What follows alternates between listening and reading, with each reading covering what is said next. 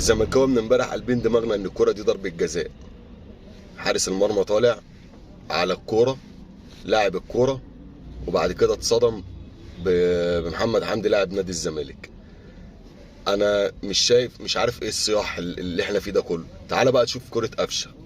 بص كرة قفشه، بص محمود جاد طالع ازاي على قفشه، وتعور قفشه وخر دم. اللي نازل ده دم يا جماعه، مش قوطه على فكره، يعني هو جاب دم مش قوطه. ف انا مش عارف الناس دي بتحسبها ازاي. هو انت الحاله اللي ليك تقعد تتكلم وتفضح الدنيا والتحجيم وتنزل بيانات وتخرب الدنيا، والحاله اللي عليك ما بتعترفش بيها. هي ضربة جزاء. انا بقى بقول لك ان الكورتين ضربة جزاء، بس انت ساعتها انت والحكم سمير عثمان ذات نفسه طلعت وقلت على اللعبه بتاعت قفشه السنه اللي فاتت في ماتش المصري، قلت مش ضربة جزاء.